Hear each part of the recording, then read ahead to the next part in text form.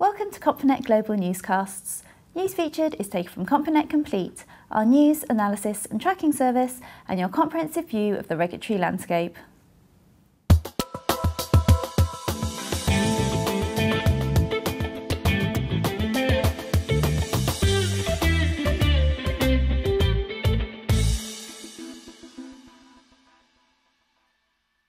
In the US, Goldman Sachs has resolved fraud charges of misleading investors in collateralized debt obligations tied to the performance of subprime mortgage-backed securities by agreeing to improve its compliance controls.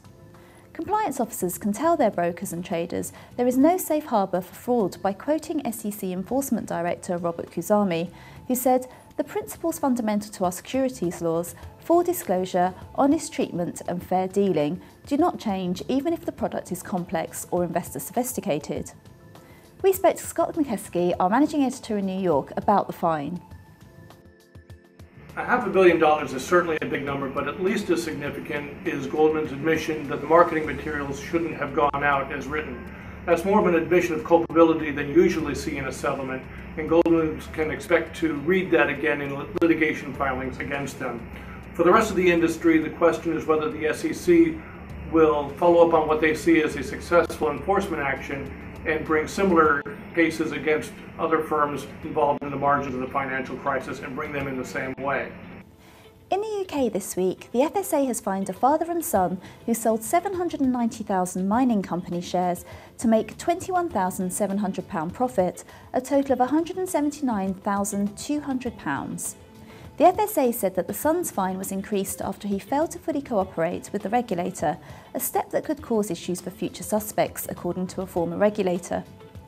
Jeremy Burley, a former managing director of Ugandan mining company Tower Resources, was hit with a £144,200 penalty after telling his UK-based father Jeffrey to sell his entire holding of shares before bad news about oil drilling broke to the market.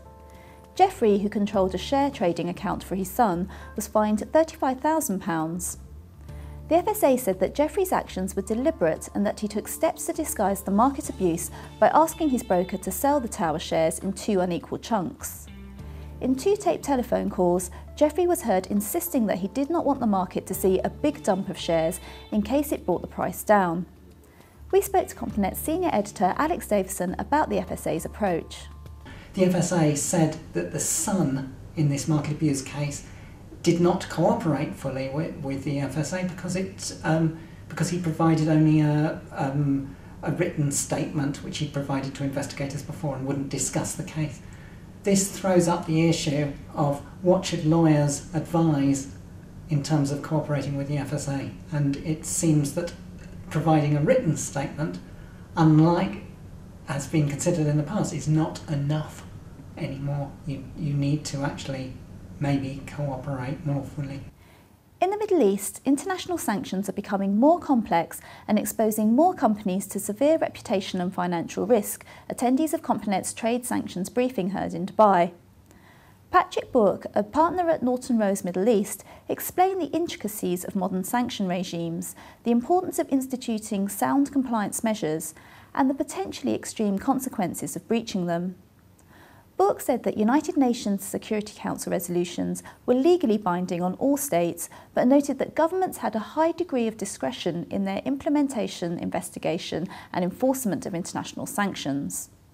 And finally, Hong Kong Securities and Futures Commission has announced plans to regulate credit rating agencies based in the city in an effort to keep up with international developments on the regulatory front. The SFC has launched a public consultation on the subject with the aim of introducing a regulatory regime for credit rating agencies in Hong Kong by the end of January 2011. The SFC's move is closely linked with international developments to place the credit rating sector under a regulatory regime. Over the past few years, a global consensus has emerged on the desirability of further regulatory oversight designed to promote the independence and objectivity of credit rating agencies and to improve the quality of their ratings, the SFC noted in its consultation. To read about these or any other stories from Complinet in more depth, please log into complinet.com or contact us if you would like a free trial. Join us next week for another newscast from the Complinet Global News team.